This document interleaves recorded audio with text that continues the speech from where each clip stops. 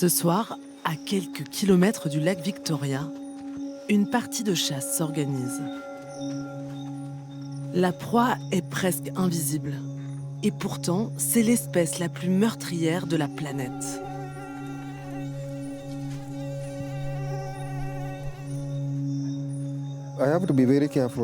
Je dois faire très attention.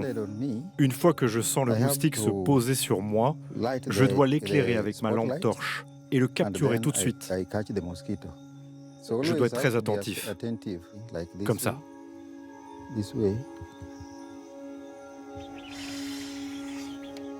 Vecteurs de la malaria, les moustiques tuent plus de 600 000 personnes par an, principalement en Afrique. À la fin de la saison des pluies, ces scientifiques parcourent les villages de cette région de l'ouest du Kenya. Ici, 1 personne sur 2 souffre de la malaria.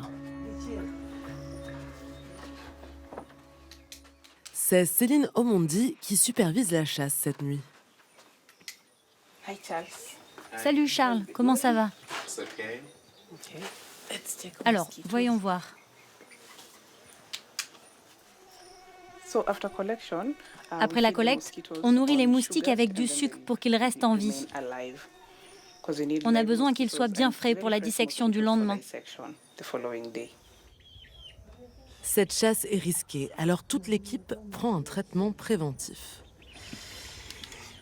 On place des volontaires à l'intérieur et à l'extérieur de la maison pour voir où le moustique préfère piquer. En ce moment, par exemple, il est assez tôt. Il y a plus de piqûres de moustiques à l'intérieur. Mais le matin, quand les gens commencent à sortir de chez eux, les moustiques piquent plutôt dehors. Ça nous permet de comprendre le comportement des différentes espèces. Je suis née et j'ai grandi dans cette région. J'ai vu ma famille souffrir, surtout ma mère. Elle a énormément souffert de la malaria.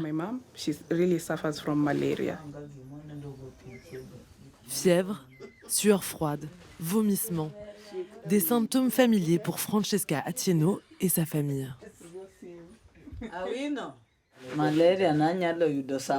C'est une maladie qui revient tous les mois dans ma famille. Chaque dose du traitement coûte presque 1 euro et on ne peut pas toujours se le permettre. La plupart du temps, je dois décider, est-ce que je me soigne moi ou est-ce que je choisis de soigner mes enfants? Je ne peux pas toujours faire les deux.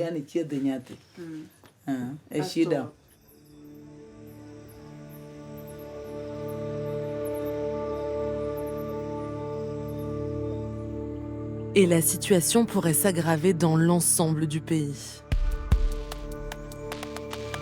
Un nouveau moustique venu d'Asie, l'Anopheles stephensi, est en train d'envahir le Kenya. Présent depuis une dizaine d'années à Djibouti, en Éthiopie et en Somalie, il fait déjà des ravages dans des zones qui avaient éradiqué le paludisme.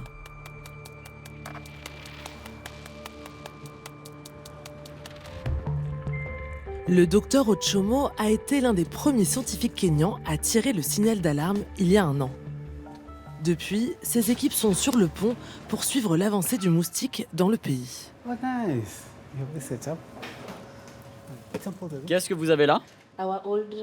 Ce sont des échantillons du moustique stephensi qui viennent de Marsabit. Ils datent de notre dernière surveillance faite dans le pays. J'étais en train de préparer une dilution pour notre expérience.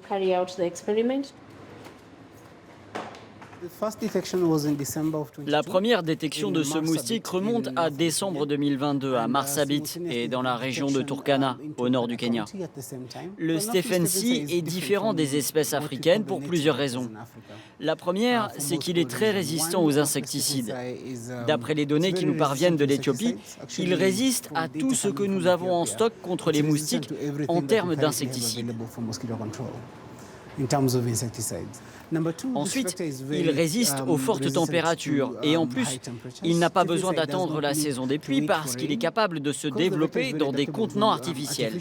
Donc, il faut s'attendre à une transmission continue du paludisme, même pendant les saisons sèches.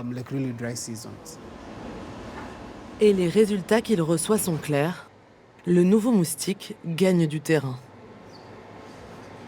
On l'a répertorié dans 7 régions au Kenya, c'est-à-dire qu'il a déjà envahi la moitié du pays. Et ce qui nous inquiète, c'est que des personnes qui n'avaient jamais été exposées au paludisme puissent contracter des formes sévères.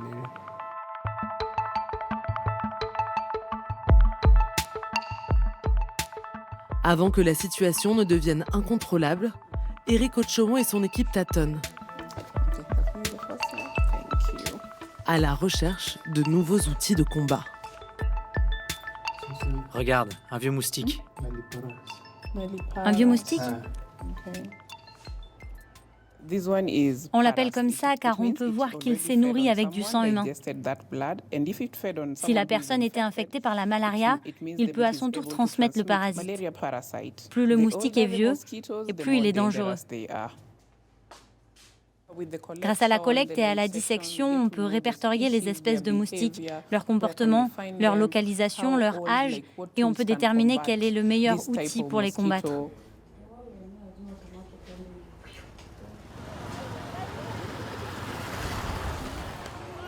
À quelques kilomètres du centre de recherche, à l'hôpital de Siaya, les enfants sont les premières victimes de la malaria. Alors qu'elle dort sous une moustiquaire, c'est la 4e fois qu'Azel tombe malade, à seulement 3 ans. Combien d'injections antipaludiques a reçu votre fille? 3. Vous avez eu peur? Oui, j'ai eu très peur. La fièvre s'est empirée et elle respirait mal. Mais depuis sa naissance, elle avait déjà eu le palu? Oui, mais ce n'était pas aussi grave que cette fois-ci. Azel est arrivée en état d'anémie sévère à l'hôpital. Le problème, c'est que ces gens ne sont pas toujours bien sensibilisés aux réflexes à avoir en cas de contamination. Ils pensent que le paracétamol peut soigner ce genre de symptômes. Mais si elle n'avait pas été traitée, le parasite aurait continué à attaquer ses globules rouges. Et son anémie se serait aggravée et elle serait morte.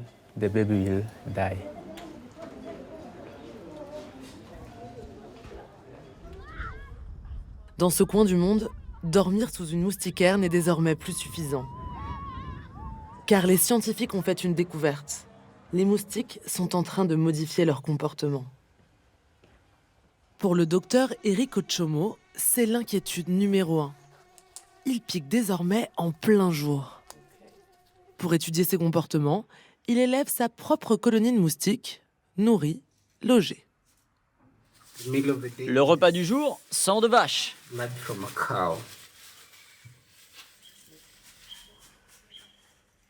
Ce que nous voulons, c'est développer de nouveaux outils qui fonctionnent à l'extérieur des maisons.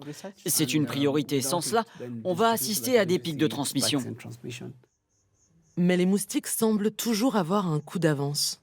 Ils pourraient réduire à néant des décennies de lutte contre le paludisme. Ils évoluent très vite.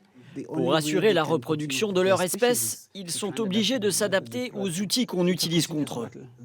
Vaincre les moustiques, c'est une bataille continue et honnêtement, si on n'améliore pas la manière dont on contrôle les moustiques, ils vont gagner cette guerre.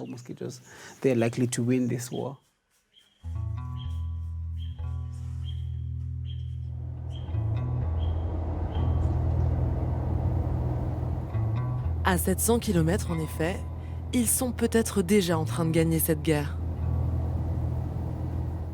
Jusqu'ici, les régions arides du nord du pays étaient épargnées par le paludisme. La sécheresse préoccupait bien plus les populations. Ironie du sort, le nouveau moustique venu d'Asie s'accommode très bien du manque d'eau et se contente de simples réservoirs pour prospérer toute l'année. À Kargi, minuscule village d'éleveurs d'une centaine d'âmes, pas de moustiquaires ni d'insecticides. Les familles ont à peine de quoi se nourrir et se vêtir.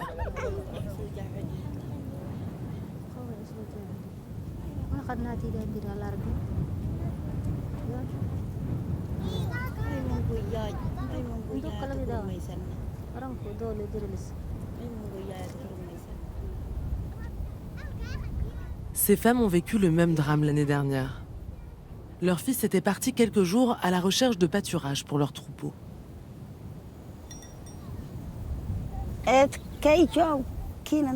Nos 2 fils étaient ensemble quand ils sont tombés malades. Ils étaient tout juste majeurs.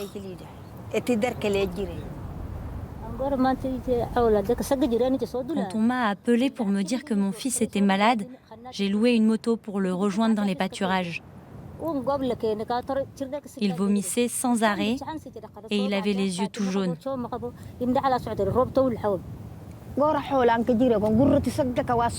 Moi, j'ai appris que mon enfant était mort. Je ne l'ai même pas vu.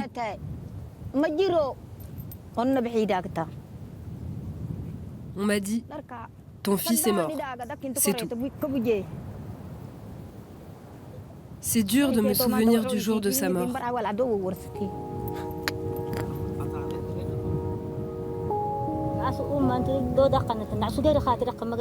Tout ce qu'on sait, c'est qu'ils sont tombés malades, qu'ils avaient tous les mêmes symptômes et qu'ils sont morts, les uns après les autres, très vite. On ne savait pas du tout que ça pouvait être la malaria.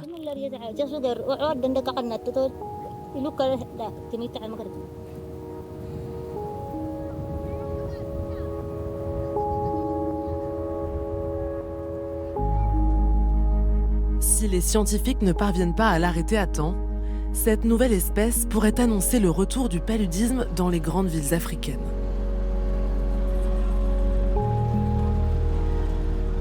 « 126 millions de personnes supplémentaires seraient menacées par des formes graves de la maladie.